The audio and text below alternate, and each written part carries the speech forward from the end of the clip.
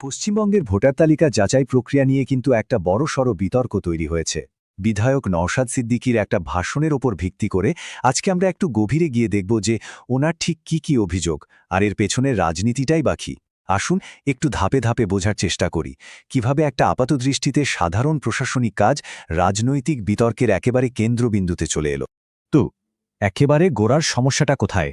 নওশাদ সিদ্দিকীর বক্তব্য অনুযায়ী ভোটার তালিকা যাচাই বা হিয়ারিংয়ের নামে সাধারণ মানুষকে নাকি ব্যাপক হয়রানি করা হচ্ছে। আর ওনার অভিযোগটা হলো এটা কোনো মামুলি প্রশাসনিক ভুল নয়, এর পিছনে নাকি একটা বড়সড় রাজনৈতিক খেলা চলছে। এই পুরো পরিস্থিতিটা বোঝানোর জন্য নওশাদ সিদ্দিকী একটা দারুণ উপমা ব্যবহার করেছেন। সাপ হয়ে কামড়াচ্ছে, ওঝা হয়ে ঝাড়ছে। মানে উনি বলতে চাইছেন যে একদিকে সমস্যাটা তৈরি করা হচ্ছে, আবার তারাই এসে বলছে চিন্তা নেই, আমরাই সমাধান করে দেব। এভাবেই নাকি রাজনৈতিক ফায়দা তোলার একটা চেষ্টা চলছে। তাহলে মূল অভিযোগটা ঠিক কি দাঁড়াচ্ছে?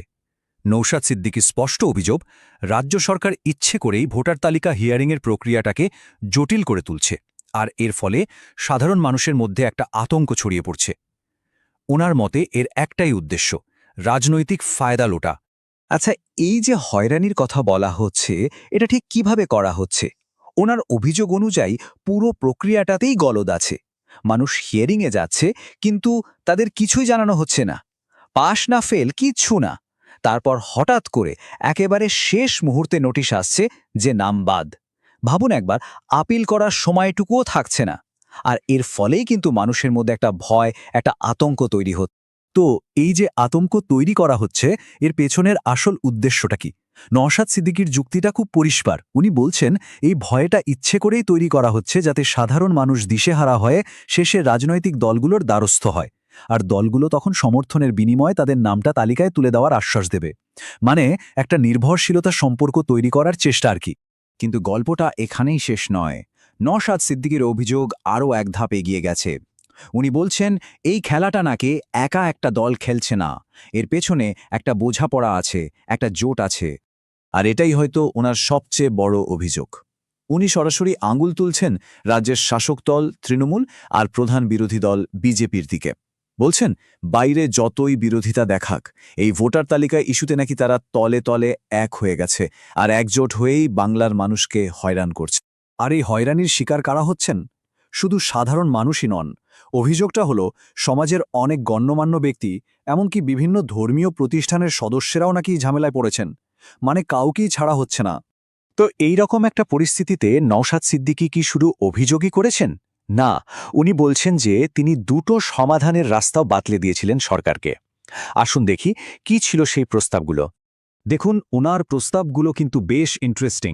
একটা ছিল সব রাজনৈতিক দলকে নিয়ে একটা বৈঠক ডাকা হোক, সবাই মিলে বসে একটা সমাধান বের করা হোক, অনেকটা পুলওয়ামা অ্যাটাকের পর যেমনটা কেন্দ্র করেছিল।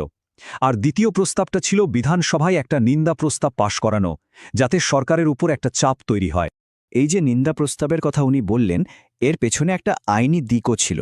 ওনার যুক্তি ছিল বিধানসভায় যদি এই প্রস্তাবটা পাশ হয়ে যায়, তাহলে সেটাকে হাতিয়ার করে সুপ্রিম কোর্টে যাওয়া যেত, আর সেখান থেকে পুরো প্রক্রিয়াটার ওপর একটা স্টে অর্ডারও হয়তো আনা যেত। মানে মানুষকে চটজমিয়ে একটা স্বস্তি দেওয়া যেত আর কি। কিন্তু অভিযোগ হলো ওনার এই কোনো প্রস্তাবই নাকি মানা হয়নি। তো যখন বিধানসভার ভেতর থেকে কোনো সমাধান এলো না, তখন নওশাদ সিদ্দিকী একদম অন্য একটা পথের কথা বলছেন, একটা চূড়ান্ত রাজনৈতিক সমাধানের কথা, যার জন্য অপেক্ষা করতে হবে সামনের নির্বাচন পর্যন্ত। ওনার বক্তব্য খুব স্পষ্ট। যেহেতু সরকার বা প্রশাসন এই বিষয়ে কিছু করতে রাজি নয়, তাই এর ফয়সালা আর আলোচনায় হবে না। এর ফয়সালা হবে সোজাসুজি ব্যালট বাক্সে। মানুষের হাতেই এখন একমাত্র রাস্তা খোলা আছে, আর সেটা হলো 2026 সালের বিধানসভা নির্বাচন। আর এটাই হলো ওনার ফাইনাল কল টু অ্যাকশন। উনি বলছেন বাংলার মানুষ 2026 সালে যোগ্য জবাব দেবে।